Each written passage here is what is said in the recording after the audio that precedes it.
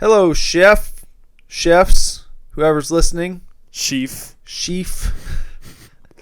First one in a while. Yeah. And it was good. It was good. It was good. I feel like we got right back into it. Did the 2017 cast with Jason get lost to the void? I've still got it. It's on here. Okay. So we're gonna get that up. Okay. Well, it might be one of those things where it goes out of sequence. Right. So we'll come back to it. Right. But I feel like we need to establish some footing once again. Yeah. And let people know what to expect. Right. Moving forward. Yeah.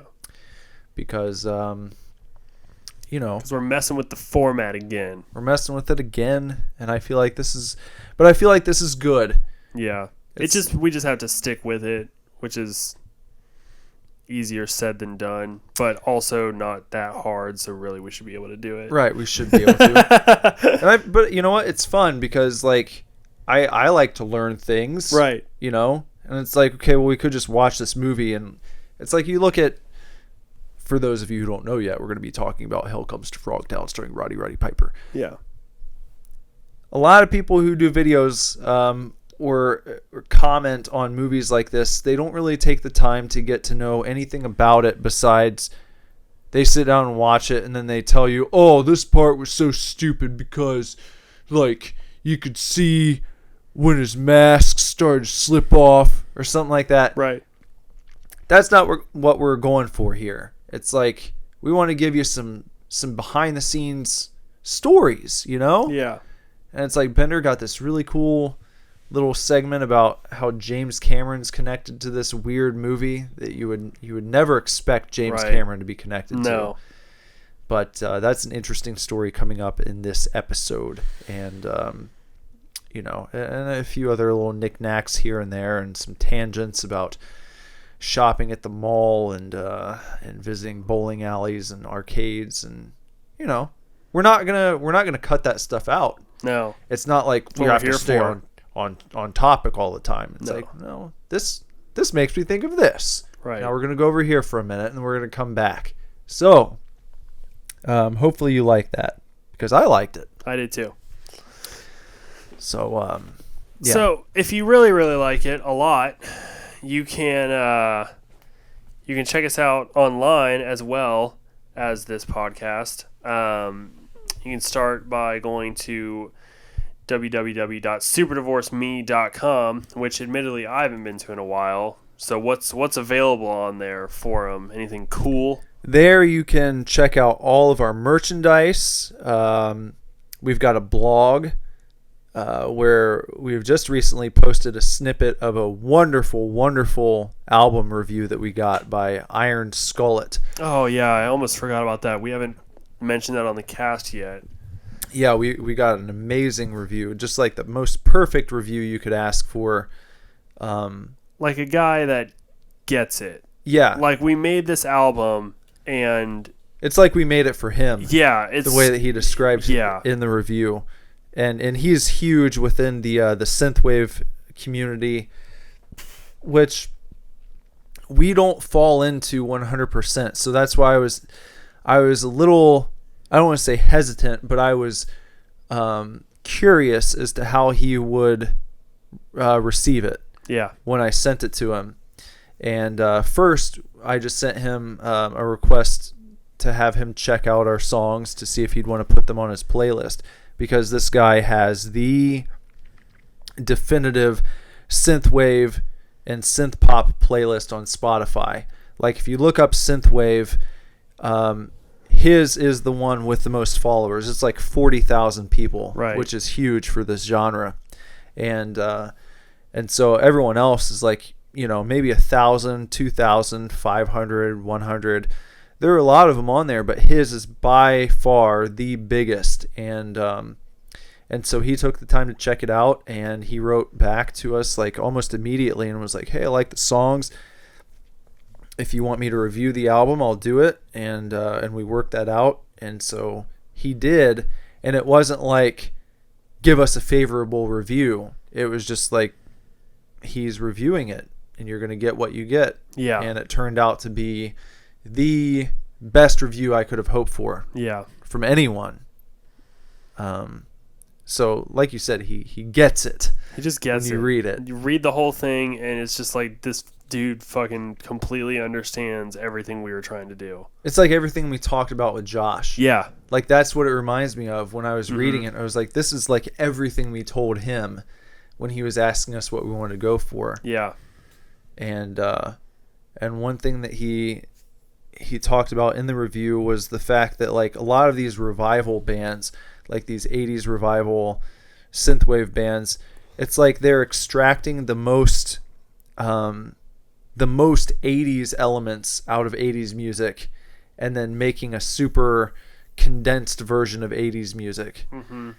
But if you go back and listen, it's like that's not really exactly how 80s music sound, because those bands were also influenced by bands from the 70s and the 60s, and there was other stuff going on there.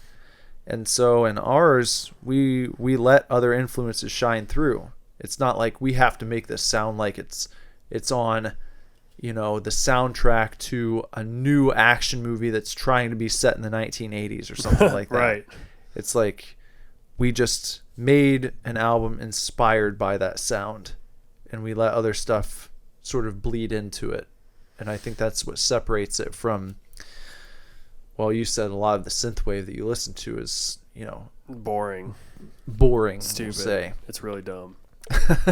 not to bash those artists, but it's like if you're trying to make another Kavinsky album and you're not Kavinsky, like you should be doing something different. Like let your own personality shine through a little bit. Yeah, but I mean, even like as cool as it is, I can only listen to like 4 Carpenter Brut songs before I just get bored. But that's just me. Well, I think it's good for like certain things. Yeah. When you're like, actually, synthwave is all. I'm not trying to talk shit. Synthwave to me is all like soundtrack music. Yeah, exactly. We don't make soundtrack music. No, that's why I think we're more synth pop than synth wave. But it's like when you're looking for people to put your music in front of, I feel like synthwave fans are going to be the ones who are most receptive to it. Yeah. But then you have to get over the hurdle of not sounding like a synthwave band. Right. And not turning those people off, because then they wonder, well, why are there so many vocals? You know, because I want this to sound like another soundtrack, and that's not what we do. No. So it's a tricky thing to try and find our audience, but I think we're getting there, you know.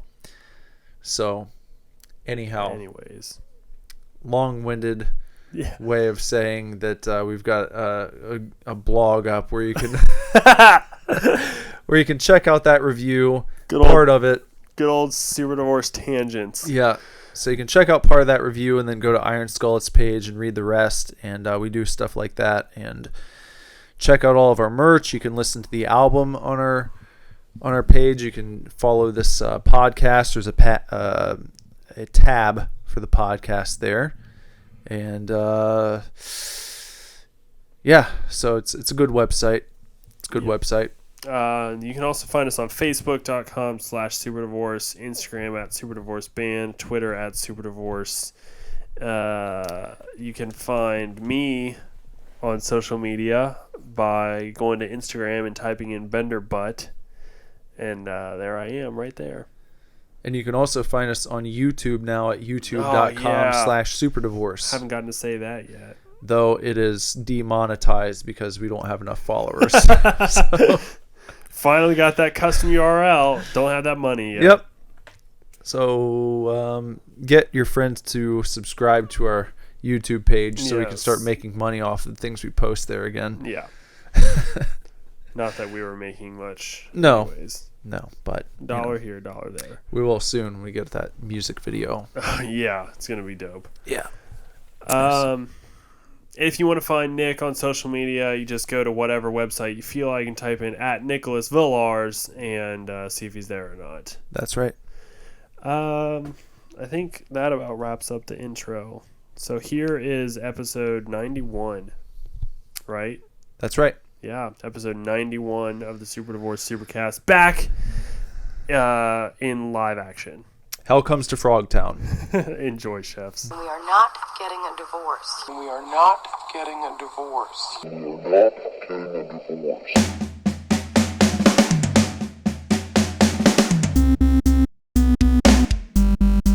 Hello, everyone, and welcome to the first episode in quite some time of the Super Divorce Supercast. It's been really too long, in my opinion. Quite a bit too long. But we had some holdups. Hold up, some things to do. Yep, things to do. We're still very busy. Yeah, we're still very, very busy. There's a lot of stuff that we kind of started working on that's now starting to happen. A lot of wheels in motion. Yep, a lot of wheels in motion. We've got some shows coming up. We've got some shoots coming up. And we've got, well, that's what you're talking about, the shoots. Mm-hmm. The big video shoot. The big video shoot. And when we say big video shoot, we mean big fucking video shoot.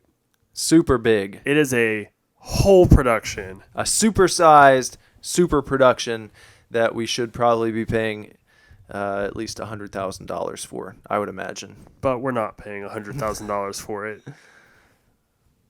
We're paying much less than that. Far less. And it'll probably be the best music video you see in 2018. Probably. No joke. Most likely. But it's definitely good to be back. Good to be back here on the Supercast. So it's been a while, and we're going to continue with our beer me tradition. Yeah. And Bender picked out this week's.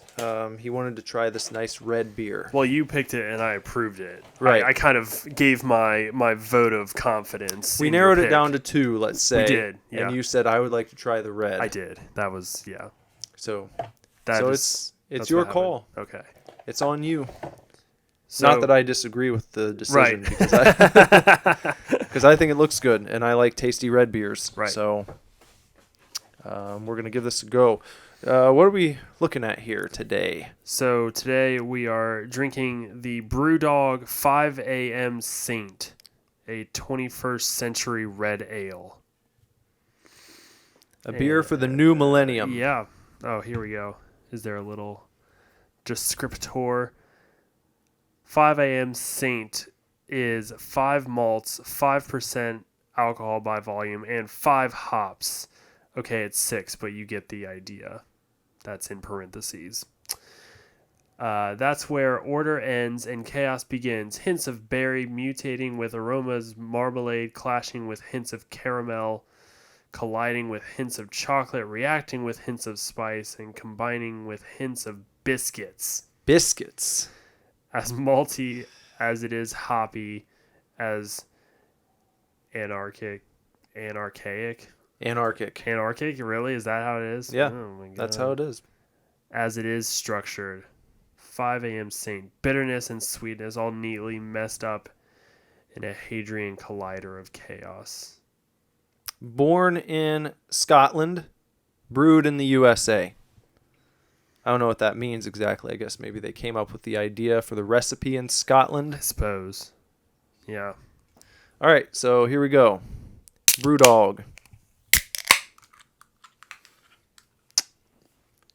Oh. Cheers.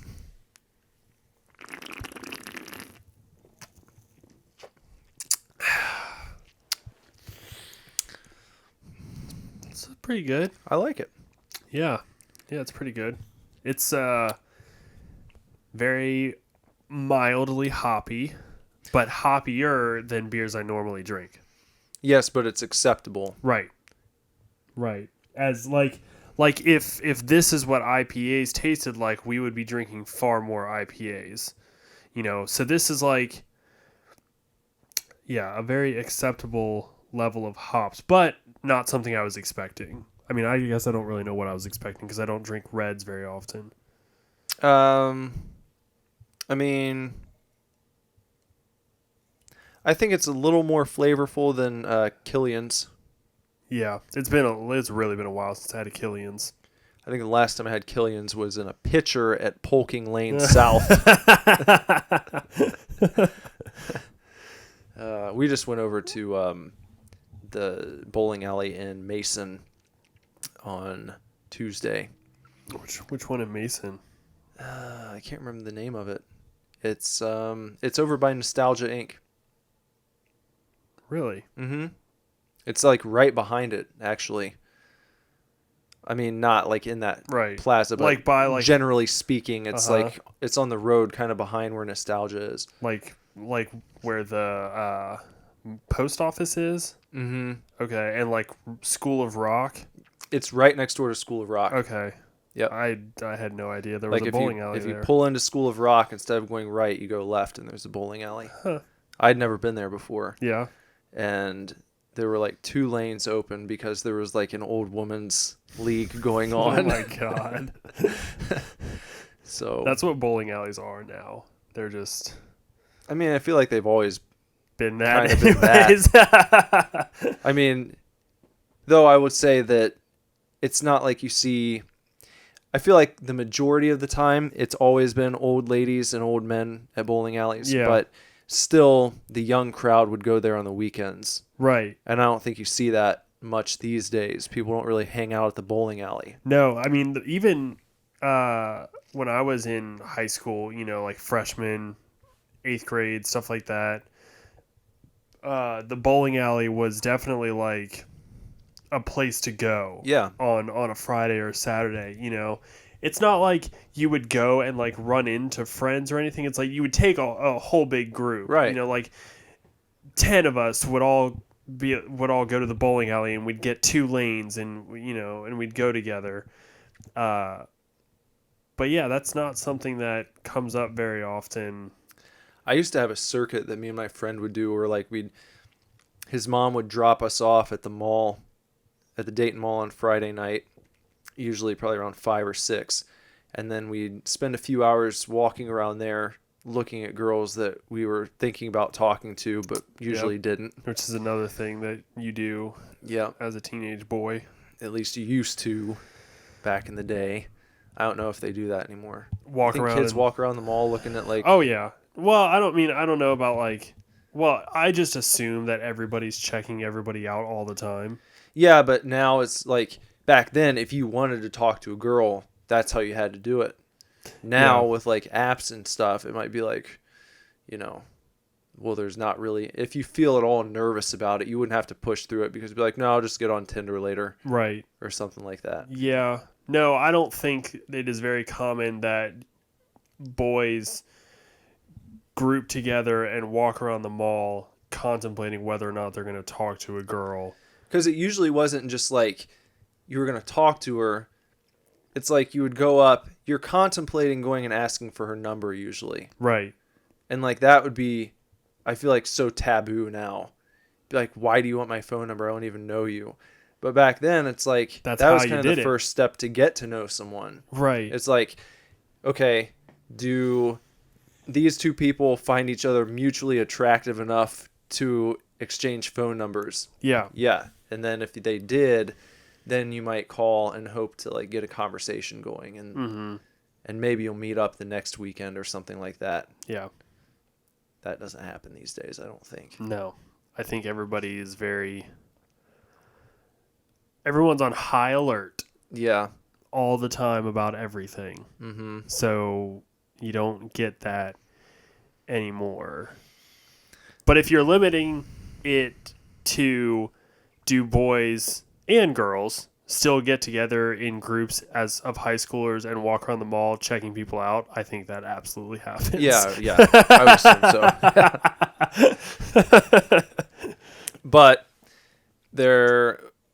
what I was going to say is, so we get done doing our stuff at the mall. Yeah. When the mall starts closing down, the gates come down halfway. Right. At like 10 till 9. Yes. That was like the cue to like, okay, then we're going to walk over to Polking. Okay. And then we would walk across the mall parking lot over to Polking and do the same thing we did at the mall. See if there were any girls from like other schools bowling, you know, or maybe some of our friends that had decided to go, and then we'd hang out with them if we run into someone. Right. And then after spending a bit of time at the bowling alley and maybe playing a few arcade games, very rarely did we actually bowl. Really? Yeah. See, that seems very odd to me, to go to a bowling alley and not bowl. Like It's not because I dislike bowling. Right. It was just like, it was like we usually weren't there long enough. It was just like the spot we would hit for maybe 15 or 20 minutes, and then we'd walk over to Danbury. Okay. And do the same thing. And see if there are any girls you wanted to talk to. Yeah, maybe catch like a group of girls who were like without any guys, you know, and then you could walk up and hope to get your game on, you know, and maybe you end up pay for their movie. Go in with them. You guys want to watch a movie together or something like that, you know, or see people, maybe another group loitering around the arcade that they had back then. I don't even know if it's still there. It's probably sparse. Yeah. There's like 5 games in it. It's like that game with the basketball with the air in it, and you slam your that thing was fist on so it. fun though. Yeah. I don't think they have that anymore. But that was like the circuit. Right. And then we get picked up and go home. That's fun. Yeah. It's just like, I guess even the idea of going to a place like that just for the arcade, like no matter how big or small, like that's something that like I never growing up, like there were arcades still in malls and stuff, and so that was cool, but like the arcade section at any place that wasn't already an arcade felt like an afterthought. You know what I mean? Usually, yeah. Like, strangely, Max and Irma's used to have a pretty decent arcade. I don't think I've ever been to a Max and Irma's with an arcade. It was the one by the Dayton Mall. It was like an upstairs section. Okay. And I may have been there once. Yeah. I didn't go there very often, but the few times I did, I remember them having the Simpsons game, and I think they had the Turtles game, and maybe the X-Men too. It was like there's some good stuff there. Right. Just at a Max and Irma's, which is kind of strange, but I just thought the Dayton Mall arcade was always really good. I do remember a time when Danbury Cinemas Middletown, the snack bar was in the center of the lobby, and it was circular. Okay. And so you had lines like all around this circular snack bar, and then before they built like the birthday room, I don't know how long it's been since you've been to Danbury Middletown, but they have like a birthday room now. But before they built that, the wall kind of like, you know, the lobby extended to the wall, and then it kind of went back into this like outcropping almost. And back in there, and then also out along the wall was like the arcade. And I remember it being like they had cabinets lining the wall, and then also an island of cabinets like back to back in the middle. So you could really walk this like U-shaped line of cabinets. And it was, I remember it being pretty cool. Like I always came out of the movie and wanted to go to the arcade. yeah. And then eventually they like walled that off, moved the snack bar to a, you know, just like a straight line along the wall that they had just walled off the arcade in, and they put the arcade in like this small little alcove by the front door. And for a while it was still pretty okay, and then I think they just like the games started to malfunction, and they replaced the shooting games with prize games, and that's the worst. Then it's just not, you know, it's not worth it anymore. When you swap out like Rush 2049 for like one of those stupid motorcycle games or like ATV racing games, like that's how you know. Or Cruising USA, like when you swap Cruising USA out for a lesser racing game, or stupid redemption games. Where it's like stop the light at the right spot and win an iPod, you know, and it's like $5 to try or some shit. Just like it's too much. Yeah, it's very sad. But so since we're at the movies, Look at this. Professionals segueing in without effort. Yeah. So we're going to talk about a film today that I had never heard of until like a week ago. And it's called Hell Comes to Frogtown. Yes. Starring Rowdy Roddy Piper. Yep. And I think I knew that Piper had done a few other movies, but I didn't know he did anything like in the realm of They Live. Right. In the 80s. I knew he did like some action movies in the 90s that I've never seen, but this is like straight up cult classic that I'm really surprised doesn't have a bigger following. And I'm surprised I'd never heard of it until I was looking up Rowdy Roddy Piper's IMDb page. I feel like I've had a brush with Hell Comes to Frogtown before. Like when you mentioned it, I wasn't like 100%. Oh, I've never ever heard of that once before, you know. But I don't think I ever realized that like Piper was in it. I had never really given it any thought. I think the name is unique enough that I'd probably heard it somewhere. Mm-hmm. And so I recognized it when you mentioned it. But I was delighted when you sent me the trailer. I was delighted to find out that Piper was in it because I thought the only movie he was ever in was They Live. I was like, yep, that's cool. Like wrestling star becomes actor for one movie. Yeah. Well, the name is a play on his character's name, Sam Hell. Sam Hell. What in Sam Hell? As soon as I saw that at the beginning of the movie, I was like, perfect. I'm into it. I'm so into this movie. Yeah. So if you've never heard of it before, it's kind of like it's like a really low budget version of Mad Max with quite a bit more quirkiness and comedy thrown in. Yeah. But it's like the same type of deal, post-apocalyptic 80s version of the post-apocalyptic world after like a nuclear holocaust. Yeah. And let's see, it's like supposed to take place in the late 20th century, 10 years after the nuclear holocaust that wiped out a lot of humanity. Yeah. And what is it? It's like the male population's been reduced to about 68% of what it was. And most of them are infertile. Yeah. And so are most of the women. Right. So there's this group called Med Tech that seems to be run by mostly women. And their job is to find fertile men and put them with the fertile women to try and repopulate. Right. And they want to repopulate because they want to repopulate the earth, but they also want to outpopulate the frog people. The greenards. The greenards. As they're called by some. I guess that's like one of the slurs that they called the mutant people, who are apparently created as a result of the nuclear war. And they don't ever really say if they're people who have mutated into frogs or frogs who have mutated into people. Yeah, that's kind of left up to you to decide.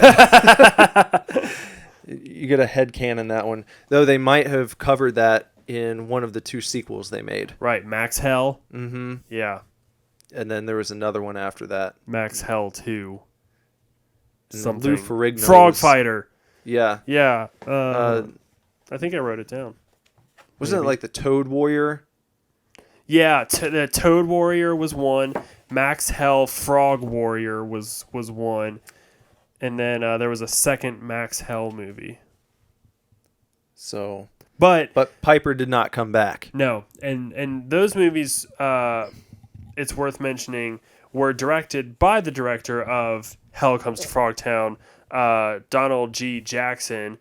But the movie, the original, was written by Randall Frakes. Mm-hmm. And he did not have anything to do with any of the sequels. Yeah, that was like his big moment, it seems. Yeah, Randall Frakes did the original Frogtown. He wrote the movie and wrote the screenplay. Like, came up with the movie and wrote the screenplay for it. Yeah. But there was also I guess it's worth mentioning. My notes are scattered. It's ridiculous, but it's worth mentioning that Donald Jackson was co-director with R.J. Kaiser. They were like Yeah. co-directors, and I have a story about that we can get to Okay. whenever. Cool. So, so if you're interested in the story of this movie, so we've kind of set you up with like just the background of the world that we find when we come into this, and so the movie starts off with Piper being held captive, it seems, by med tech, and he's being looks like he's interrogated or something by this gentleman. Captain Devlin, I believe. Captain is his name. Devlin. He's played by William Smith. I have something about him real quick. Captain Devlin? Yeah, the guy who played Captain Devlin. Uh-huh. William Smith. Also, I believe also referred to in the movie as Count Sodom. Right. Yes. So that dude was born in 1933 and got his first acting gig in 1942's The Ghost of Frankenstein, starring Lon Chaney Jr. Wow. Which in that movie he played an uncredited village boy. Oh, yeah? Yeah. So another interesting thing about that movie is it was the last Universal Frankenstein standalone film. Which one was that? The Ghost of Frankenstein. Ghost of Frankenstein. Yep. With Lon Chaney Jr. as Frankenstein's monster. You said that was the last Universal Frankenstein or the last Universal monster movie? It was the last time that Frankenstein was featured in that run of classic Universal monster films in his own standalone film. Okay. So like he appeared in other ones, but they were like a lot of the crossovers and stuff. Frankenstein versus the Mummy and all that kind of jazz. Yeah, it was the last time he had his own movie. The Ghost of Frankenstein. 1942. And on set, Lon Chaney Jr. would often treat child cast members to ice cream. Oh, really? So this gentleman in Frogtown probably was once treated ice cream by Lon Chaney Jr. So there's a little piece of useless information that you can take with you wherever you go. Yeah. So the movie starts with Piper is in captivity by MedPass. You're not. Or MedTech. MedTech. I kind of got the impression it wasn't that Captain Devlin didn't work for MedTech, but I guess he does. Right. Just because they come in, but when the two ladies bust in, they're like, he's property of MedTech now. But right. I guess it's neither here nor there, really. There was some sort of some deal with him and that guy's daughter, Devlin's daughter. Yeah, Sam Hell had basically like whether it was so he had sexually assaulted supposedly Devlin's daughter, and Devlin was gonna kill him for it, and then and he was also his daughter was pregnant with Piper's kid.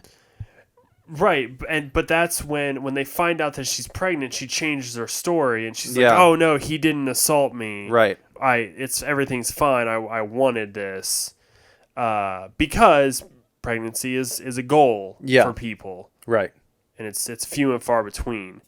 So out of this, MedTech comes in, and basically Piper is not only fertile. He's like hella fertile. He's like the Anakin Skywalker of this world. Right. As far as his spermatozoan count goes. It's like off the charts. He's got so many midichlorians he can't even handle it. So they know that whoever he has sex with is going to be like instantly pregnant. So he's a hot commodity. Right. If they're fertile, if the female is fertile, he's going to get him pregnant. Yeah. So they basically make him sign a contract, or they have him sign a contract, because he's got some charges, as all wasteland people do. He's got some charges that he needs dropped. So they're like, we'll drop all these charges, but you have to work for us. And work for us basically means he has to go around banging as many fertile girls as he can. Right. That's about it. And also go into Frogtown and rescue these like 6 fertile girls. Because they're few and far between too. Right. So right. any that you can find, you gotta get a hold of them. Yeah. And they can't be taken by Frogtown. No. That's no good. No, you don't want them in Frogtown. You want them in Roddy Piper's bed. Yeah. Piper also, before they go out on their journey, is fitted with some custom metal undies and with a flap. They have with a flap. There's a flap so that he can urinate and also have sex. Right. So they cover that. Uh-huh. They do. That's exactly what it's for. And the belt is like supposed to monitor his like sexual desire level, whatever it is, his testosterone, basically. And also kind of like act as a shock collar of sorts. If he gets too far away from the group that is leading him and the people from MedTech, then it will like sting him. Right. And then they say it will explode if he goes. Yeah, they say it's wired to blow if he goes too far. Right. And the group that he is following is a woman by the name of Spangle, who is played by Sandal Bergman, and they're like bodyguard, basically. They're warrior woman Sentinella, played by Sek Varel. Bergman was in 2 Conan movies. Really? Actually, yeah, she was in Conan the Barbarian and also Red Sonja. Okay. So did she play Red Sonja? No, she played. Hold on, I got it here. Give me 1 second. Queen Gedrin. Okay. Yeah, in Red Sonja. Yeah. And Valeria in Conan the Barbarian.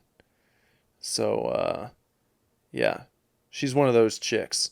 She looks. She's got that like. I think she's more attractive than Brigitte Nielsen, who's also in. But yeah, that kind of barbarian era. Yeah, blonde lady. Yeah, you know, just very fit and like 80s. I don't know. Fit as a fiddle. Yeah, you know. Yeah. Eventually, once you get her out of the doctor's clothing, you know, the lab coat, and she's got the tattered rags and the black like bra and the headband and the collar around her neck. It's very, very wasteland chic. Yeah. You know, but that's wasteland chic. Yeah, but you're like, oh yes, you are attractive as that. Yep. So they got to go in. They got to go into Frogtown. Yeah. And on their way, they run into a young lady who's escaped. Yes. One of the fertile lasses from Frogtown has escaped, and which, like, if she can escape, how, like, none of the other ones wanted to try. Like, I feel like it was a little too easy for her to escape. I mean, I guess that happens in movies all the time. Like, one of them gets out and like, you gotta save the others. Yeah. But it's like they didn't have to. She was just running. They didn't have to fight off any frogs or anything for her. Yeah, they didn't have to save her. She was just. It seems like she got away and they didn't bother looking for her. Exactly. You know? That's what I'm saying. Yeah. Which is what I mean by it seemed a little easy. Like maybe no one had checked the manifest at Frogtown that day, so they didn't realize she was. No, we're down a concubine. So she escapes, and when she is met by the group, including Piper, you know, she's in pretty rough shape. Pretty traumatized. That's the exact word they use, yeah. She's no good to us if she's traumatized. Right. So they have to give her like some horny medicine to calm her down. And also make her horny. Yeah. Yeah. Make her want to have relations with Piper. And I will say, Piper's not really into it at first. No, he's put off by it. Yeah. He's like, when's the last time she brushed her teeth? You know?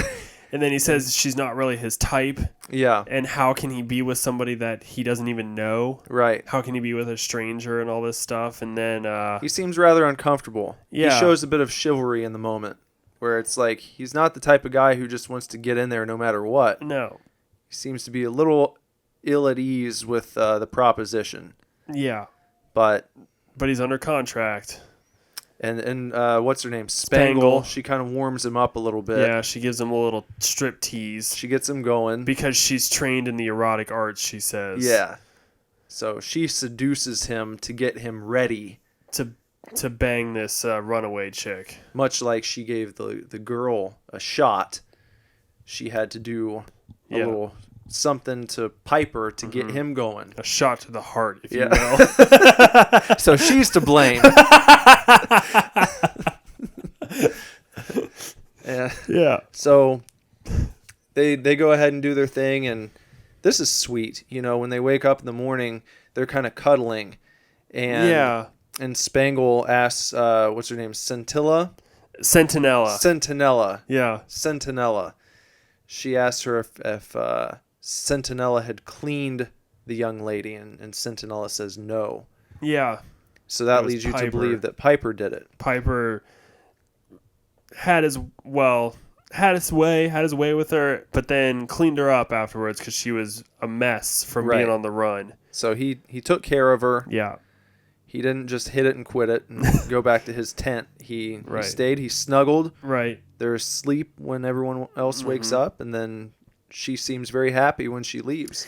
I was a little like, not, I don't know. It was just kind of like silly to me that she comes to them the night before and she's just like frantic and she can't talk and she's going crazy, and then she gets injected with the horny meds, and then the next morning she's just like, man, what a great evening. Like, we should do that again sometime. Like, where am I going to go now? Ha ha ha. Like, just everything's fine. You know, she's got new clothes. She looks pretty. Like, I mean, I guess Roddy cleaned her up, you know. Sam cleans her up, but still. I guess you can't underestimate what one night with Piper's going to do for you, you know, for your mental health. Yeah, I guess not. So, you know. But she's all cleaned up and ready to go, and they're like pretty sure she's pregnant. So they tell her, they don't even keep her with them. No, they tell just her send her on her way to continue running south for a few days. Yeah. and then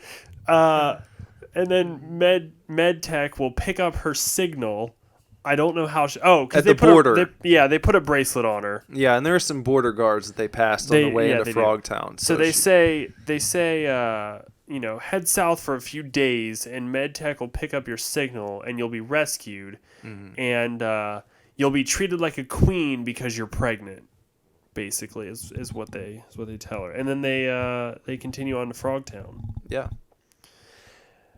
So I feel like if it was a video game, you definitely would have had to escort her back to the MedTech base. Yeah. Well, yeah, to the border at least, where the border guards could then take her back to MedTech. Yeah. You wouldn't just be like, I know you escaped from Frogtown, good job, but now if you can just run several days that way, you'll be fine. Right. Like, but I think that it's a wasteland. I think it reinforces like how silly it was that she escaped in the first place because nobody went after her. Yeah. They didn't fight anybody. And then even still, like, when they get to Frogtown, there was no sort of indication that they were looking for a runaway. Yeah. They were just like, we got 5 now.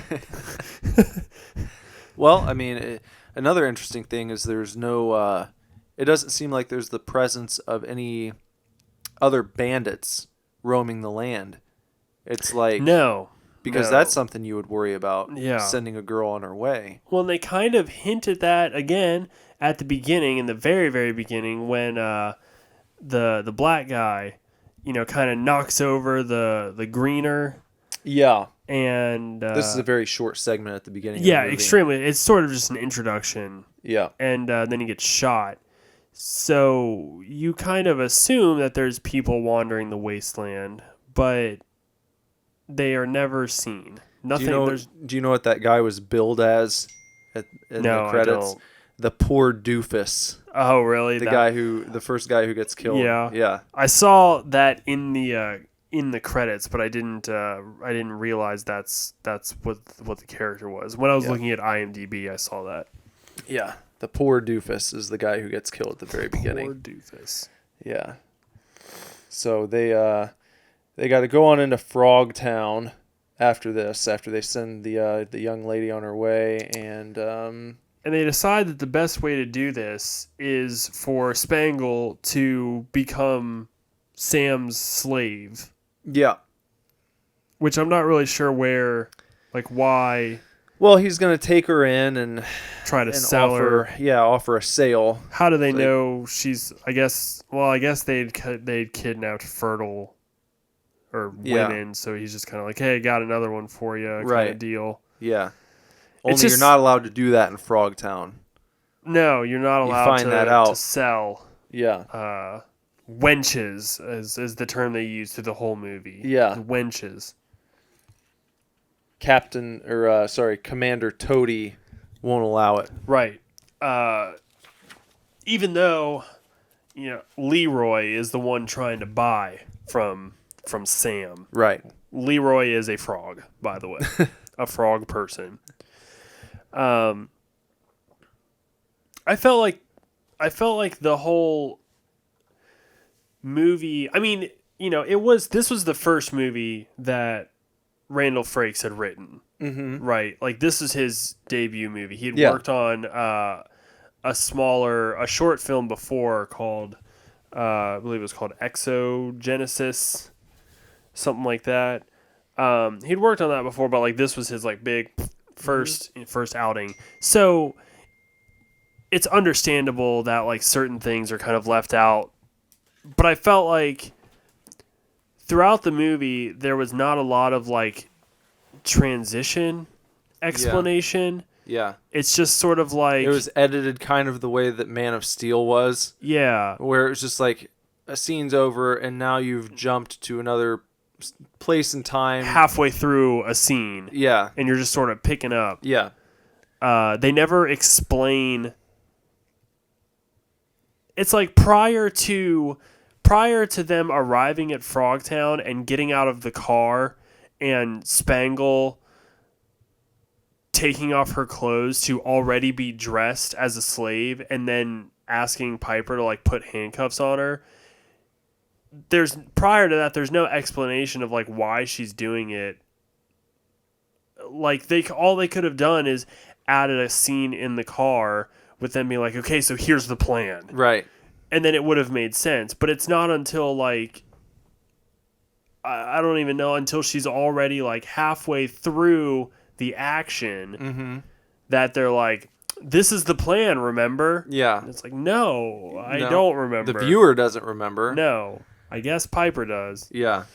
So you just kind of have to follow along. But that was kind of like, throughout the whole movie, which, again, it's fine. Yeah. It's not a perfect movie. It's an 80s movie, for God's sake. Low budget. Super low budget. Actually, so the effects were decent. I mean, like the frog effects, I would say, are pretty good. They're better than I thought they would be. Yeah. To be honest with you. And when they walked into the bar where he's going to sell Spangle, it reminded me a lot of the cantina. Thank you. I was going to say think the same exact thing. Yep. It was the cantina from Star Wars for sure. I mean, they even had like a couple shots of like, different frogs like in different areas with like different drinks or eating food or something. I absolutely thought the cantina as soon as they walked in. Piper walks up and orders a drink, and it turns out to be like industrial waste. Yeah. So that's apparently what the frog people drink. Apparently they just drink waste until he's seated at the table with Leroy. Yeah. Trying to sell Spangle, and they give him beer that is only mildly radioactive. Right. But before that, while at the bar, they run into Looney Tooney. Yeah. Lonnie Looney Tunes O'Toole. Who is a character that Sam Hell has a past with, although it's never talked about. No. Never mentioned. There's no reason for like this character there's no reason for them to know each other, but they do. And you just have to go with it, pretty much. And then Sam goes to talk to Leroy. Mm-hmm. And he gets his beer. You know what the beer was? No, It has some significance to our past. when I was watching this, I was watching it with, like it's upstairs and the window causes glare, and Oh, then the okay. YouTube quality, Yeah. was not the greatest. So I did not see the detail of the beer. The slightly irradiated beer was Coors Original. Oh yeah, Yeah. that's cool. So if you're a fan of Sleep Star Ignition, we had some calls to Coors Original, and we had a lot of Coors Original at the EP release party for our album.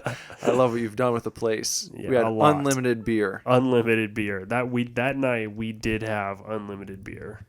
And people weren't taking advantage of it. No, That's the craziest thing about I that. know. Is people would have a few. We had and I feel like most people who came bought the wristband where you get unlimited beer.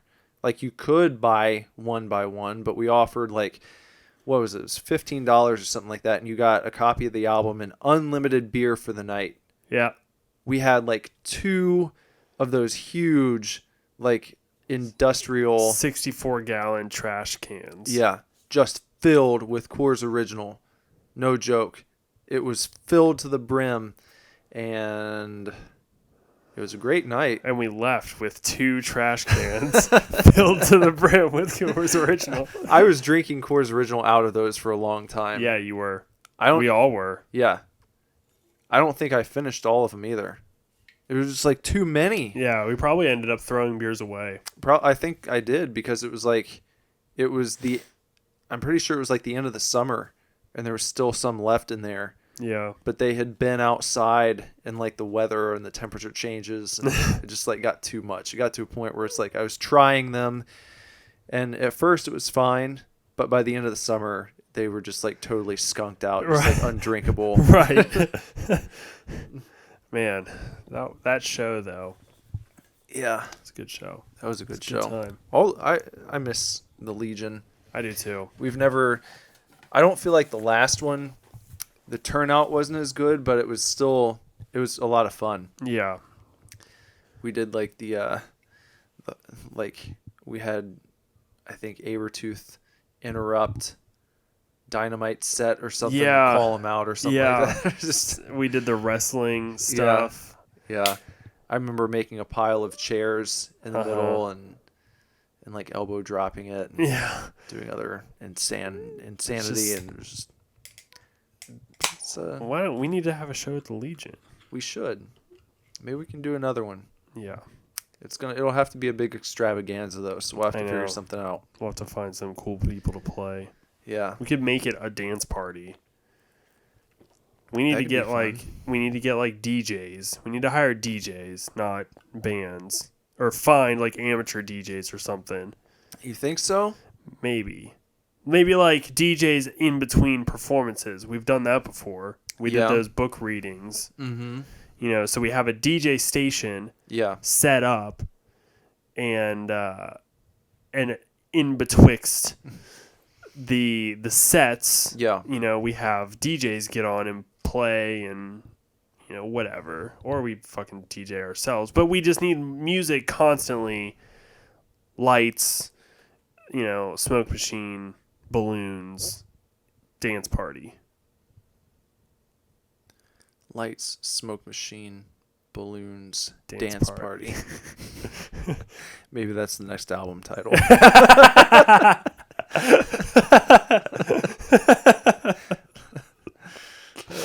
It wouldn't be an easy one to tell people about. What's your next album called?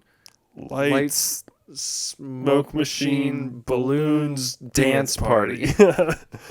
By Super Divorce. Yeah. So, to continue going through this movie here, what do we got then? We left off with Leroy. Yeah, so basically He offers 30 lilies Yeah. for Spangle, which I guess is what their currency is. Lilies, like lily pads. I guess. Again, one of those things where they establish that the frog people deal in a completely different currency than humans. But their currency is acceptable to humans because Piper's no, you a little bit higher than that, 50 at least. So then they are interrupted by Bullfrog, played by Nicholas Worth. So Bull comes in out of nowhere, and he's like Commander Toadie's left hand, right hand man. He's both hands, really. Yeah. But he's his right hand man, and he comes in and takes Spangle Because there are no private deals to be made Right. in Frogtown. It all has to go through Toadie. Yeah, and so then he starts the bidding. He says she's up for auction to the bar. So he starts the bidding at 5 lilies, and nobody wants to pay 5 lilies for her. So Bull decides he's going to pay 5 lilies, and Piper, Sam, gets up to tell him that's not enough. And I guess he meant a 5 lily punch, because he just punches Sam in the stomach and knocks him out Yeah. completely. Yep. And then Sam wakes up with Arabella Yeah. in a new room, The stripper frog. who, ironically, for all of the women they feature in this movie, she's Arabella, as Bender said, is a frog woman. Yeah. So, A wench. wench. She's an exotic dancer. And she's an exotic dancer frog woman, and obviously pretty hideous by human standards. Yeah. But she's played by Christy Summers, who is actually really attractive in real life. Yeah. She was in a movie called Hard Bodies. I don't know if you're familiar with that. I'm not familiar with hard bodies. It's another 80s classic, but it's girls at the beach type of thing. Okay. Precursor to Baywatch? Yeah. Okay. Yeah. I don't think they're lifeguards though. They're just hot girls There's at the hot beach. girls at the beach who end up. Are they playing volleyball or anything? No, but there's a lot of nudity. Oh, really? Yeah. So it's one of those. It's So- not a porn. Okay. It's like one of those like 80s, just like a lot of topless girls. Right. And dudes trying to get with them and such. Right. that So type of next thing. week on the Super Divorce Supercast, we're going to be talking about hard bodies. Hey, I wouldn't be against it. So, but it's weird because, they've got this emphasis on all of these attractive women, Yeah. or they at least want the women who are like being rescued to be attractive, and they've got this really attractive lady who was already in this movie that was pretty big for its time, and they put her in this makeup to make her look unrecognizable. Yeah. So that seems like a strange choice, like one of those, just like from a marketing standpoint, you might have put her in a role where people would actually see her and be like, oh, I recognize her from Hard Bodies. She's that hot chick who was in that, as opposed to like putting her in green makeup and just, it could have been anyone. Well, I know from the little bit of research that I did that the production company, New World, didn't really give a fuck.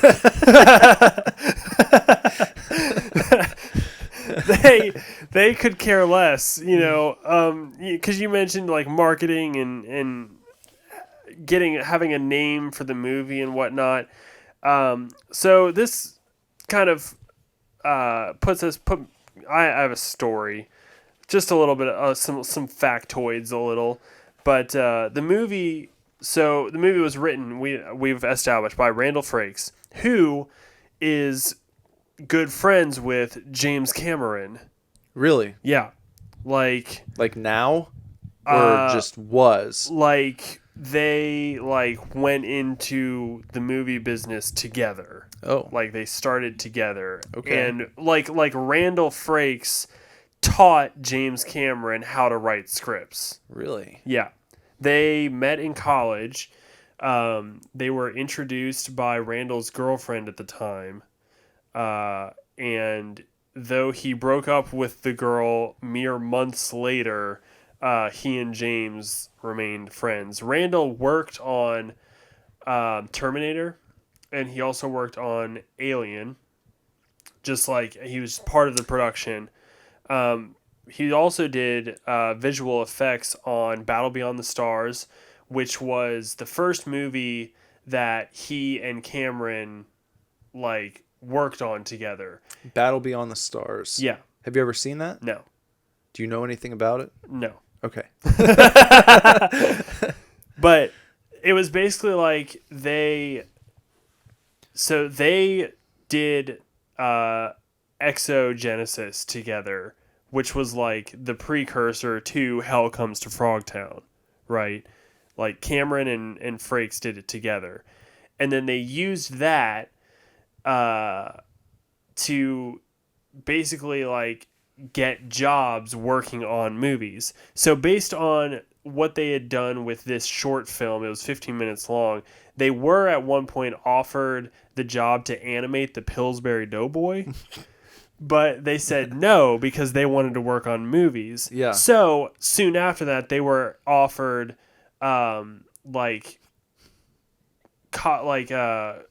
animation jobs on Battle Beyond the Stars. Okay. So soon after starting to work on that, James Cameron became like the head of the entire like art department.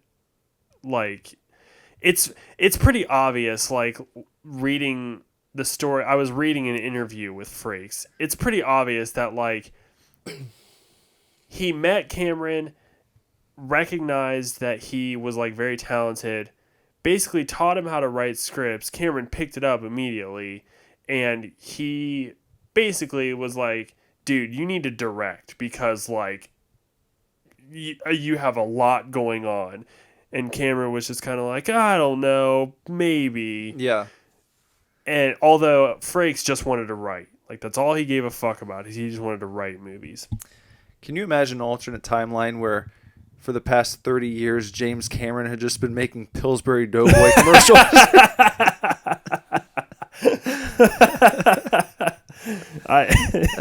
No, it's. I wonder, like, imagine if he would have funneled all of that creativity into the Pillsbury Doughboy over the years. Yeah. Do you think the Pillsbury Doughboy would be like a multi-billion-dollar icon at this point? Like people would be wearing Doughboy shirts constantly, and but not in the funny way because I'm sure they have them. No, yeah. But like, maybe it would have turned into an empire. Like he would have gone to the people at Pillsbury and been like, we've got something. What if we made a movie? We've got with the something Pillsbury with this Doughboy. Like people want to know what he's all about. How did he come to be? Let's tell his story. Yeah. Maybe. I think they would have told his story. Probably, eventually. Cameron would have eventually directed the story of the Pillsbury Doughboy. I think Cameron needs to scrap everything else he's got on his plate, go back to his roots, and be like, you know what? I'm sorry I turned you guys down. Yeah. Let's do this. Yeah. So. Yeah. So basically, like, yeah, after that, they did that. They took those jobs literally just to get their foot in the door. That was it. It's like, we just want to work on movies. So basically, you take whatever you can get. I mean, at one point, Frakes was acting as a cinematographer, and he was like, I hate this, but I'm doing it because eventually this is going to get me somewhere. So anyways, Cameron obviously went on to become James Cameron. What's that? Who's he? James Cameron. But, Frakes was just doing whatever. So Frakes was gearing up to do Hell Comes to Frogtown, right? Yeah. And he writes it, creates it, and writes it. He gets Donald Jackson to like be the director or whatever. And I think I'm paraphrasing a lot of like what led to where I'm going to talk now. But anyways, at one point, they're having a meeting with the New World president. Okay, which sounds way cooler than it is. It's just New World Production New Company. World president. The New World president. The president of New World, Robert Rame. Okay, and so they like go into his office. And Hell Comes to Frogtown was originally supposed to be a VHS release, like a straight to VHS release. Yeah. Its budget was like $300,000 for the whole movie, right? Okay. And so they go into the office, and the president's like, okay, I've got like good news and bad news. Like the bad news is, we're basically like, we're just gonna like pay to play. Like they needed to sign contracts over basically just like relinquishing creative rights, and they had to sell out.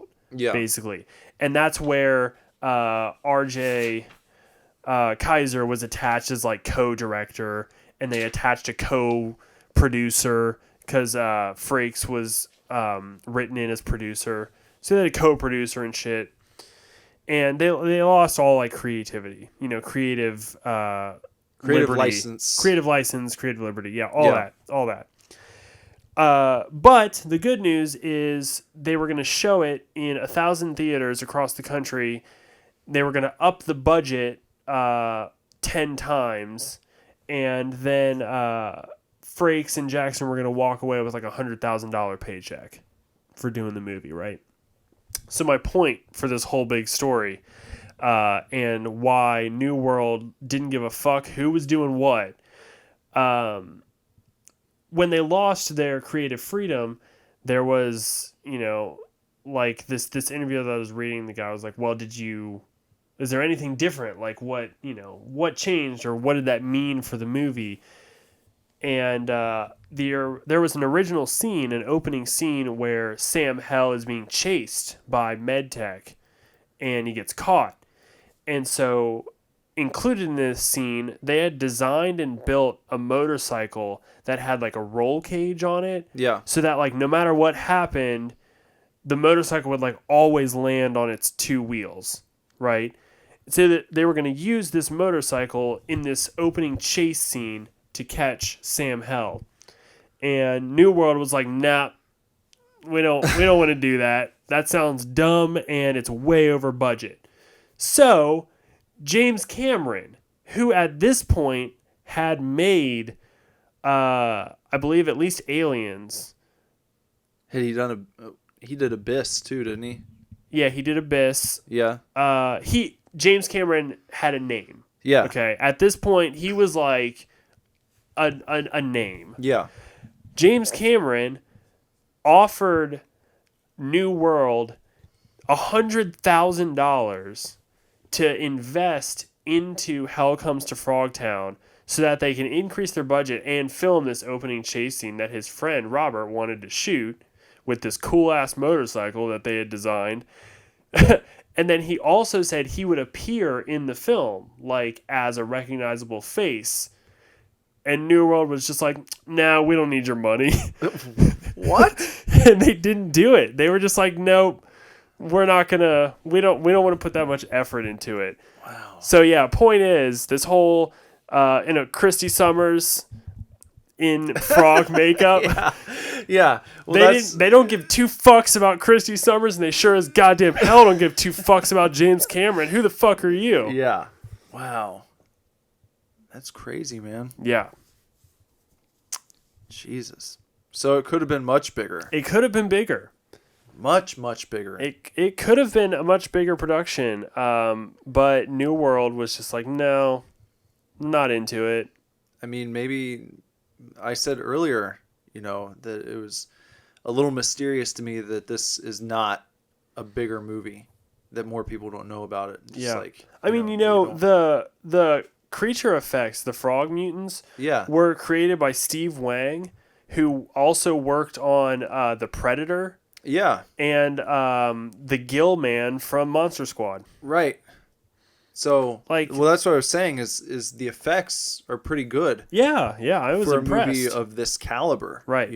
Especially. So it's like, I think on one of the trailers that I saw before I watched the movie, it looked pretty cheesy, and it is. I mean, it's a cheesy film, but But when I watched the movie in context, everything looked a lot better than I thought it was going to. Mm-hmm. It seems like if perhaps the company behind the entire production would have been more into it, that it could have been something. Yeah.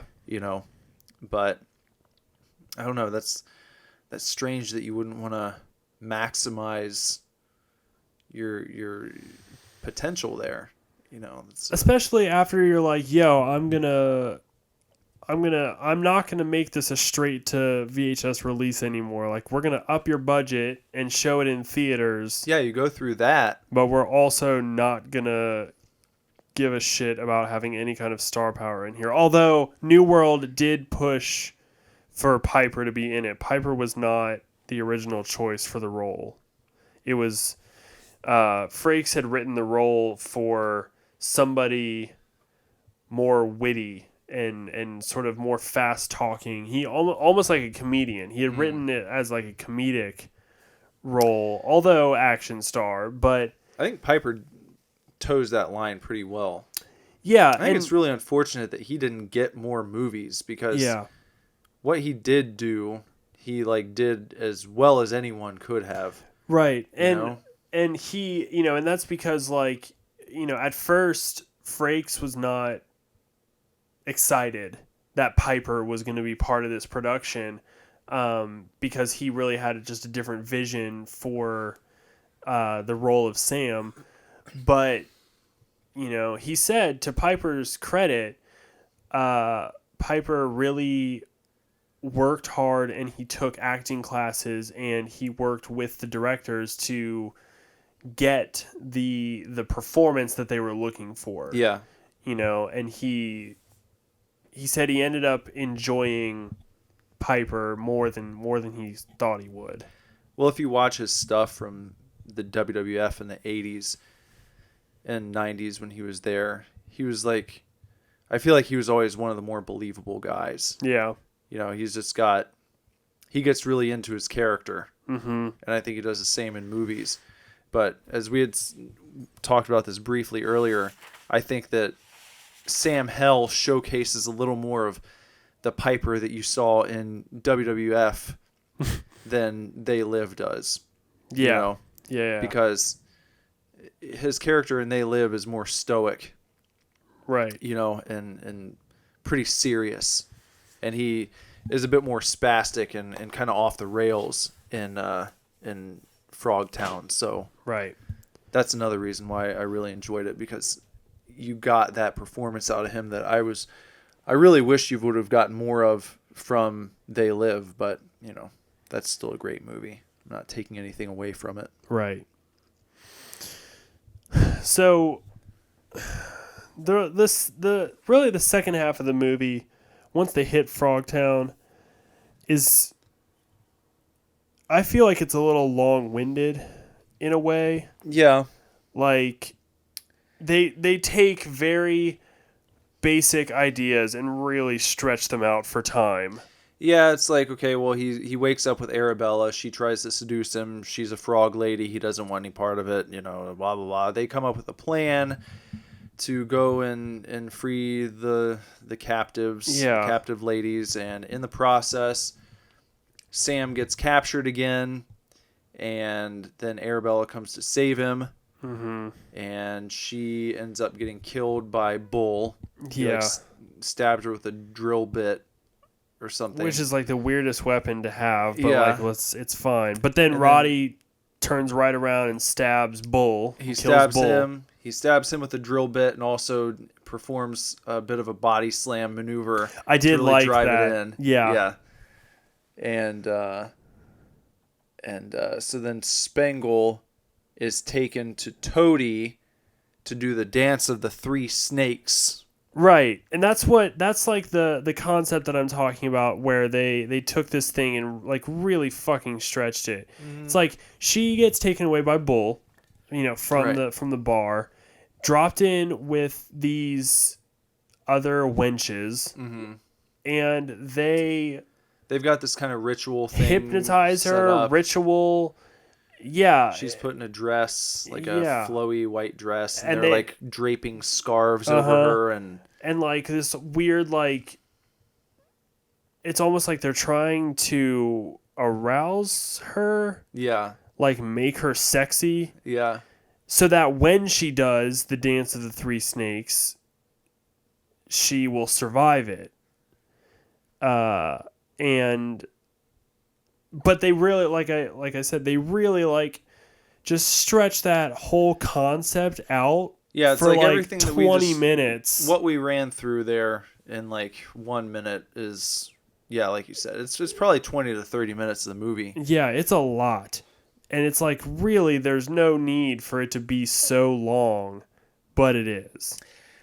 And so like right before the end, what's her name? The gunner chick outside. Sentinella. Looney Yeah. alerts her that shit's about to go down. He shoots a flare up Right. to let her know that they're going to be escaping soon. And Spangle does the dance of the three snakes for Toady. Which, spoiler alert, is actually a dance of three penises. Those are the three snakes. It means that he has three penises and they are ready to go. They are. And so Spangle survives the dance because she arouses Commander Toady. And then Sam bursts in and says, "Eat lead, froggies." Right. And proceeds to save the day. And, gets Spangle out of there, and then gets the other girls out of there too. Yeah. Gets them all out. Yep.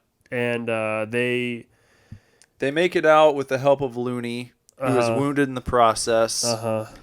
He ends up dying. Right. As they're driving away. In the arms of 5 hot women. Yeah. So he's pretty happy. He passes away a happy man. Yeah. He's not too sad about it.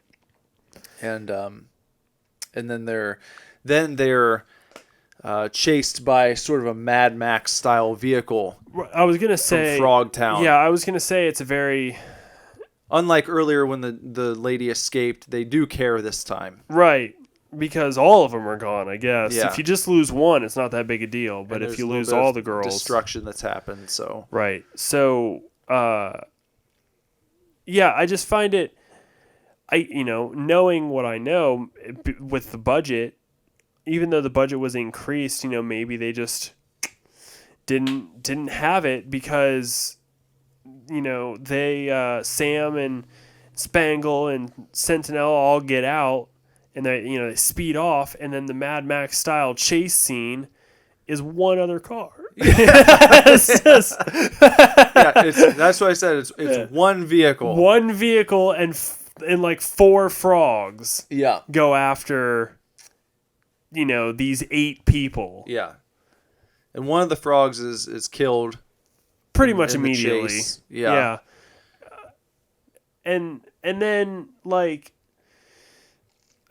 eventually they're trying to lose them in the rocks, and Piper's group gets away. Yeah. But then they're cut off by none a other bandit wielding an RPG, and you don't know who it is at first. No, he's got this weird robot voice and shit, and they all get out, and then he reveals himself to be what's his name? Captain Sodom. Count Sodom. Devlin. Yeah, Devlin. Mr. Devlin or Count Sodom, take your pick. Comes out of nowhere. I will say I was not expecting Devlin to return. Neither was I. I wondered who it was going to be. Yeah. But it was almost like it's like when there's going to be a mystery partner on, like, someone's got a mystery tag team partner on Raw or something. And then it ends up being someone that was like already on the show earlier tonight. It's not like a big return or anything. Right. It's just like, it's just okay. Yeah. And just like, well, okay. All right.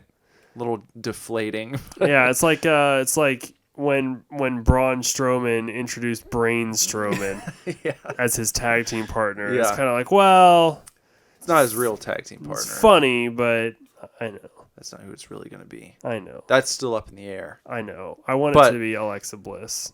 I really do. Like, I think it would be hilarious. Some people are speculating it's going to be Batista. Oh, really? Oh.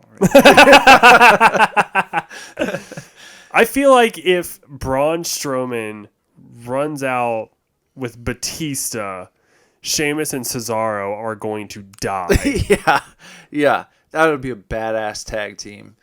Braun Strowman and Batista. That would be unstoppable. And that'll build to an inevitable Braun Strowman versus Batista match. Yeah. And a lot of people are like, man, I just want him to come out as Drax the Destroyer one time. That would be so fucking cool. He would get a huge pop if he did that. I'm sure he would. But no Drax the Destroyer, no Batista in this movie. It was just Mr. Sodom. Yeah, just Devlin. So again, didn't really expect him to return, but he is like still pissed at Sam Hell. And he has he does like the classic long-winded diatribe that the supervillain does at the end of the movie, and he tells everyone that he's dealing arms to the frogs in exchange for their uranium. Yeah. Which they have access to in Frogtown. Somehow. And he's taking their uranium and giving it to some scientists that he knows. Who are going to really build talk him, about much. Right. Who are going to build him nuclear bombs. So that he can wipe the slate clean. Yeah. And try and start humanity over again. Yes. One would assume. Because he thinks it's gone awry once more. So he's mad that the women are in charge. Right. Which is something we hadn't talked about yet. But aside from Piper assaulting, in his eyes, his daughter, he's also mad that there's too many women in charge. Yeah. Long story short, Piper throws a ninja sword through the guy's chest. Which, like, where the fuck did he get a ninja sword? I don't know. Why didn't he use it before? He just has it. He throws it through the guy's chest clean. And I love his line after he does it. He just says, "Long-winded son of a bitch." It's a good one-liner, nice and clean. Spangle then asks where Sam is going, and he's running off to face Toady to finish it. He's running off to finish Devlin. To finish, and then Toady comes out of nowhere. Right, yeah. Toady gets involved after he's... Right, he runs off to finish Devlin. Yeah. Because he goes... Devlin is knocked off of like a small cliff when he gets his hand cut off, right? No. Isn't that what happens? No, Devlin... Roddy... Or no, I'm remembering goes it wrong. over to see Devlin. He sees Devlin's body. That's it. And he's like... whatever. Yeah. And he like starts to walk away, and Devlin rolls over and picks up his RPG and is like ready to shoot Roddy Piper, and his foot slips in the gravel. That was it. And Roddy turns around and shoots him. Yeah. Like just like it's a wonderful fuck up. Yeah, like 6-gun style. He's just like bam. Because he didn't have to really move. No. He could have just rolled over and picked up his RPG and like shot a rocket at Piper and it would have been over. Yeah. But he like kicks his foot and makes a scraping sound through the dirt. And then Piper knows immediately what's up. Yeah. And then so Piper turns around and shoots him, and then, goes back, and as he is coming up with a ridge there, he sees that the car has been destroyed. The car that they all escaped in. Yeah. Has been blown to bits. Where he had left all the girls. Yeah, and the girls are gone. Everybody's gone. And then Commander Toady rolls up, and Piper tries to shoot an RPG, and it doesn't work. And then he tries to shoot his gun, and it doesn't work. And then he and Toady have a face-off. A decent fight. Yeah, one could say. It's no John Woo segment or anything, but, It's all right, and it ends with Toady getting his hand cut off, and he falls off a cliff. Yep. And then, of course, Spangle and Sentinel and all the girls come right out of nowhere. And what do they even do? Did they get in the Toad truck and drive off? Yeah. That must have been what they got in. They must have been, because their car's blown up. Exploded, yeah. And Sam tells Spangle he's not on her leash anymore, and then they kiss. Oh yeah, because earlier, there's been kind of like what would you call it?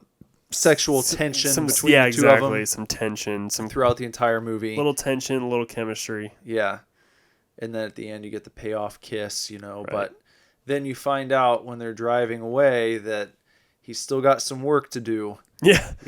Yeah. Spangle. So they're driving away, and Spangle is like totally into Piper. Yeah. She's like, yeah, like I'm down. Let's do it. Yeah. But he has to bang the 5 fertile girls that they rescued first. Yeah.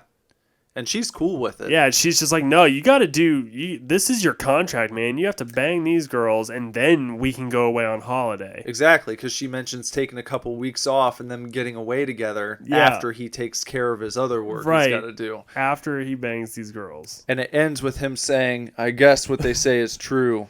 A soldier's work is never done. So it's a fitting end, and, It's quite the movie. quite the movie.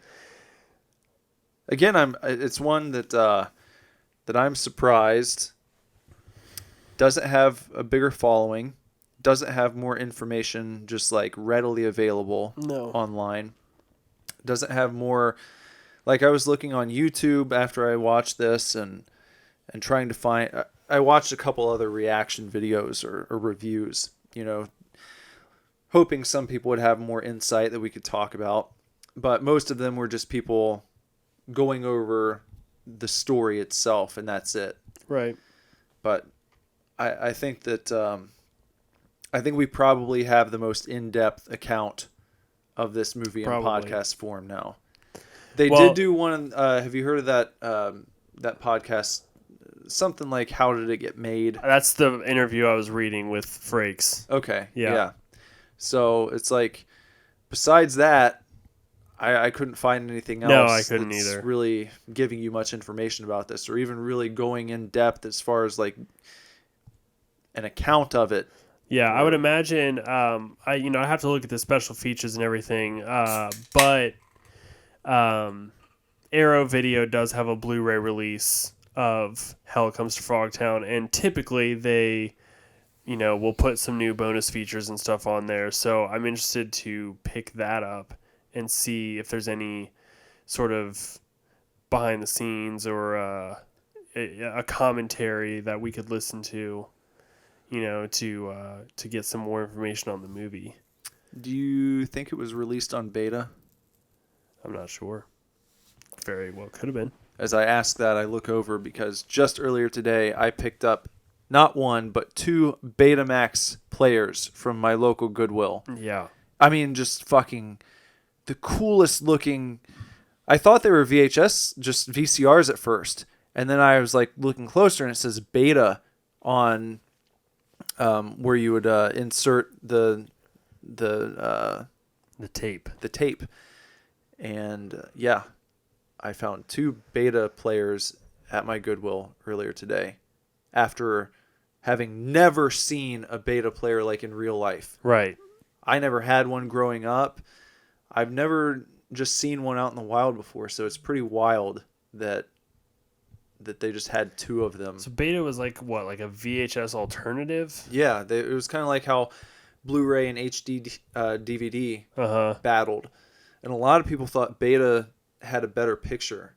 Really? But I think VHS ended up getting rights to the movies that mattered, let's say, and that kind of pushed them over the edge, and they won. But yeah, I've never watched a Beta tape before, so I'm gonna have to find one now and see if those work. We're gonna have to pick something up. Yeah.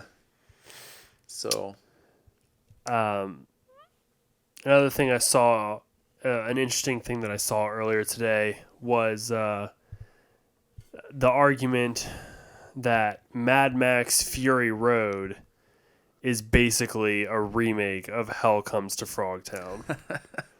Really? Yeah. Well, it's funny that you would bring that up because I saw there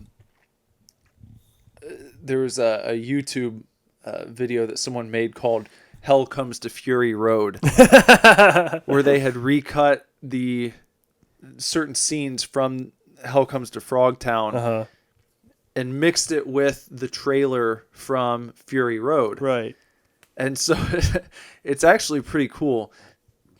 And it makes me it makes me wish that the whole movie would have gotten that treatment, because they don't just take scenes from Hell Comes to Frogtown. They do the shit that they do in the Mad Max movies that, what's his name?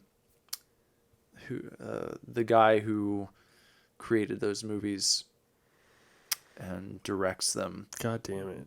Why can't I think of his name right now? George. It's not George Miller. It is Miller. Is it Miller? Yeah. I was going to say it's not George Lunkest. I was gonna say, I kept thinking Frank Miller, and I was like, nope. No, George Miller. It is George Miller. Where he'll like speed certain scenes up. Yeah. You know? And they did that with like footage from Hell Comes to Frogtown, and it looks just like Mad Max. Of course it does. You know? But we'll link to that. I've got that here. And I also found a band called Hell Comes to Frogtown Band. And they have a song called March of the Fronkies. Oh my God. Which maybe I'll include a little bit of here so you can enjoy that. Yeah, but I was skimming this article about how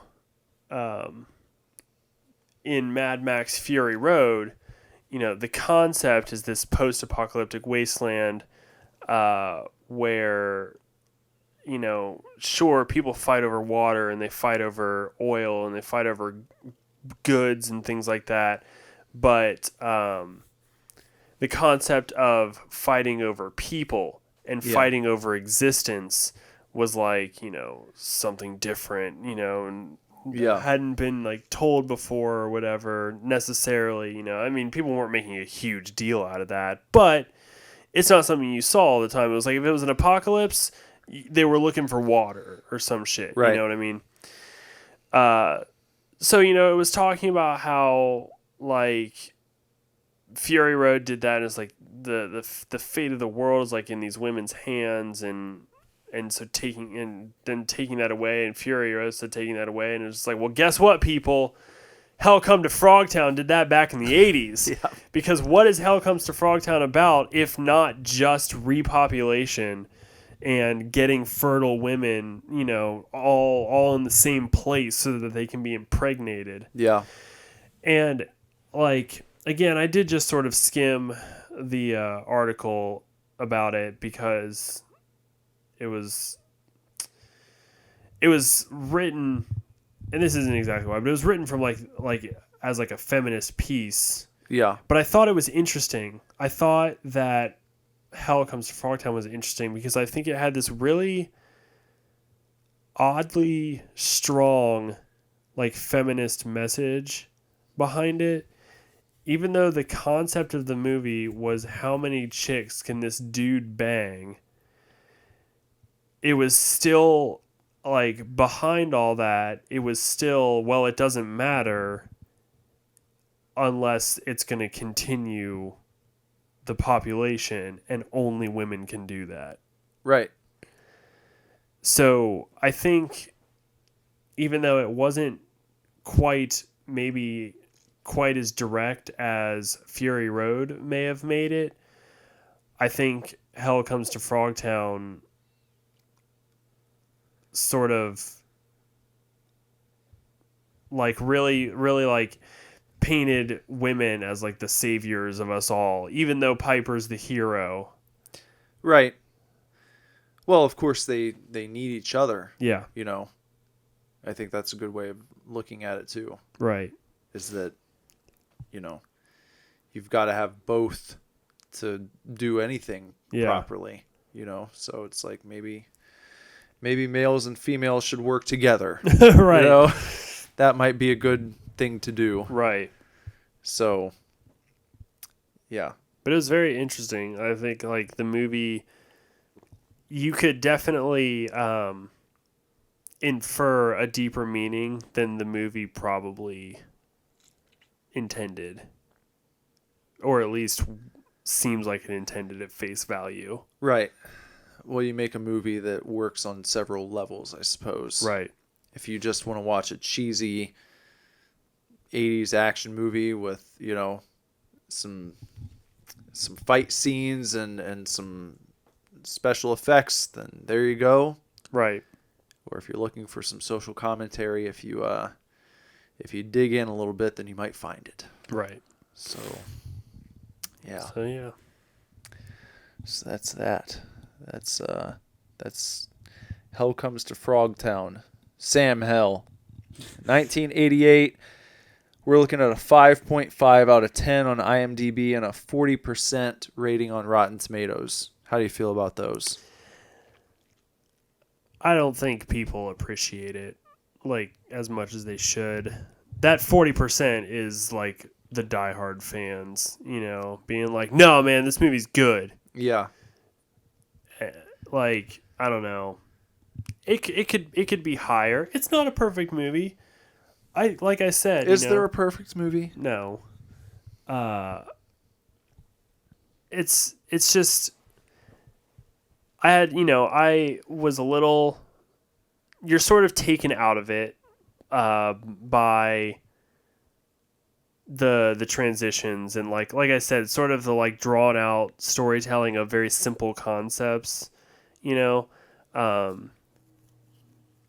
but again, you have to take into account that it was this guy's first outing,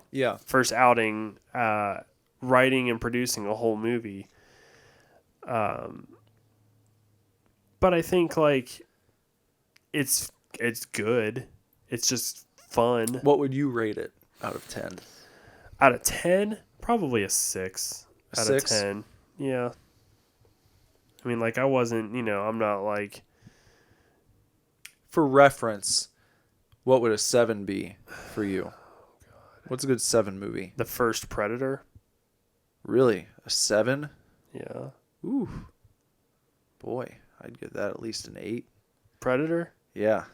I always liked Alien. So what's an 8 for you? Alien? Probably Alien 2. And a 9 would be Alien. So Aliens 8. gets an 8. Yeah. What would Alien get? 9. A 9. Okay. 10. Reservoir Dogs. Is that the only Tarantino movie you'd give a 10 to?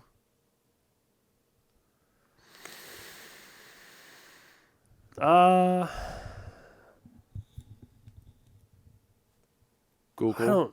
Google. I don't know. I mean, I'd probably also give a 10 to Death Proof. I agree with you.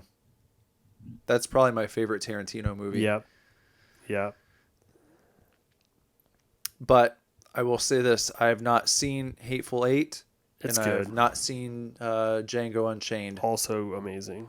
So I don't know as far as those two go. I've seen the others, but I've not seen those two. I can't believe you haven't seen Django yet. Nope. Never have. Django's excellent. I feel like I expect it to be. Django is very ambitious. Yeah. For Tarantino. How about Hateful Eight? Answer me this. Is Kurt Russell better in Hateful Eight or in Death Proof? Death Proof. Yeah. Easily. But I think that Django and Hateful Eight obviously are very similar movies, but they're told in very different ways. I feel like Django, while wholly a Tarantino movie, is, as I said, a very ambitious project. It feels more like Inglourious Bastards. It has a large scale to it. And then Hateful Eight takes the same sort of concept, the same environment, and pulls it back into that one room, almost stage production of a movie. So you get like Hateful Eight is Reservoir Dogs in the Old West. Okay.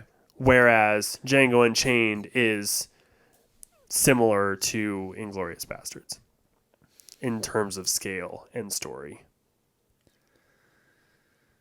But Death Proof, you put 10, yeah. Death Proof is just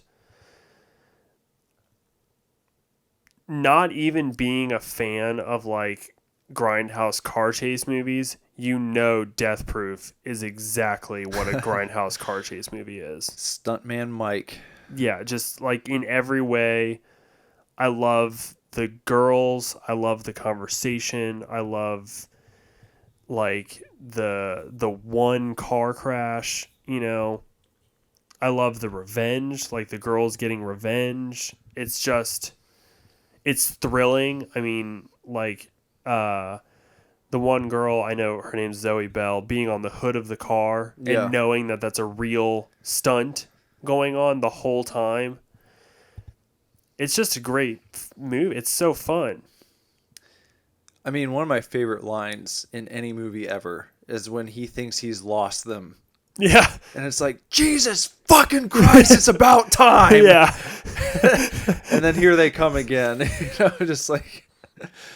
I do. I love after he gets shot, and he's such a baby about it. Yeah. Like, I mean, being shot sucks. Like, I wouldn't know, and I hope to never know. But like, he's such a baby about it. I love when he pulls off to the side and he's like rocking back and forth, you know. Yeah. And then he just like he goes.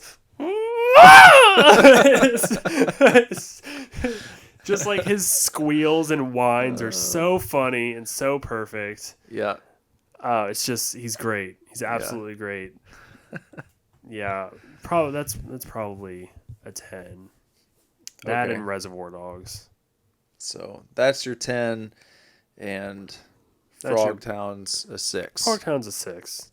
I liked it a lot. Like I said, I think I liked it almost more than They Live. Do you give They Live a 6?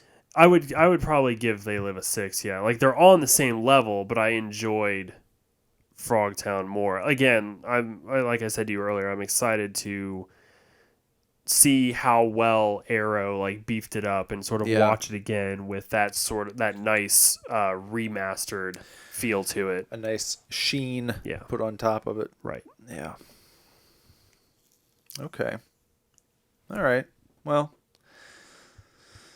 yeah, I don't like 0.5 ratings, but it feels like a 6.5 to me. That's how it feels. And then I would say that They Live feels like, all things considered, history of cinema feels like a 7. Yeah. I feel like giving it a 7. Yeah. Well, I mean, you could give it a 7 just for the kick ass and chew bubblegum line. Yeah. I feel like. Yeah.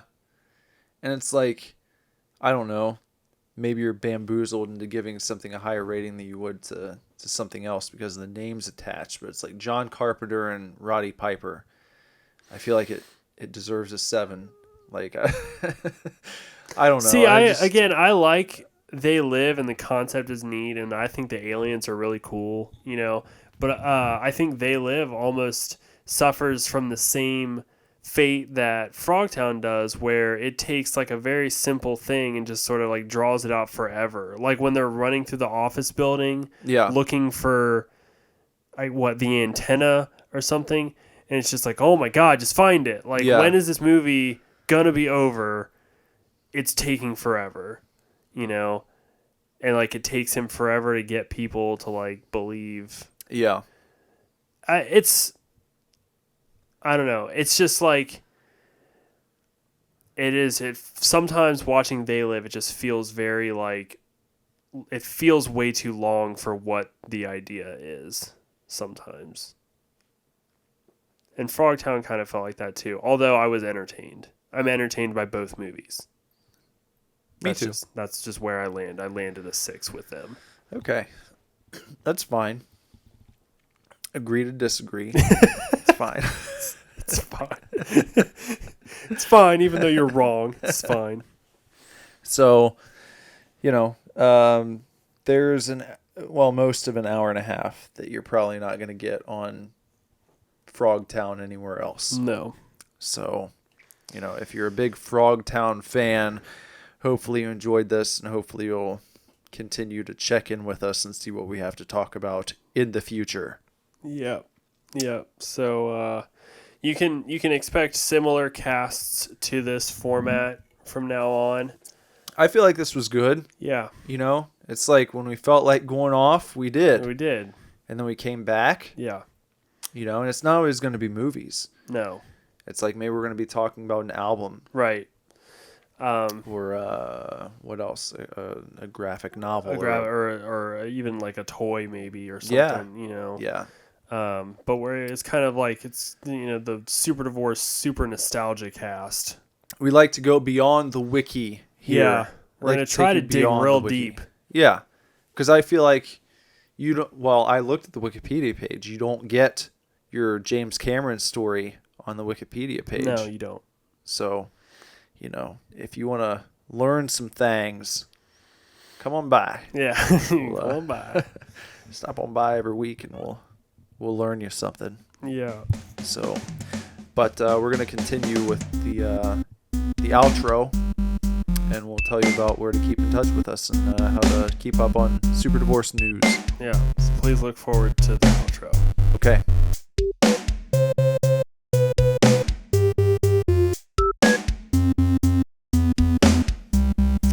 So 91st episode in the bag. One thing I've been thinking about recently is I feel like we got to do something really cool for the 100th episode. I know, like we need to have guests. Yeah. Guests, plurals. Guests aplenty. Guests aplenty. Maybe Andrew should be on the 100th episode. I think Andrew should. I think Dale should. Dale, yeah. Dale should be on. Let's bring Dale on the 100th episode. The 100th episode should just be like a... It should just be like a fuck all. We're gonna bring all these guests on. Just like complete fuck all. We don't have to, we don't have to like focus on a one thing. We just have a hangout sesh. Extravaganza. Yeah, the 100th episode extravaganza. Get Dale on here. We'll get Lazarus on here. Yeah. Maybe my mom will be on. That'd be cool.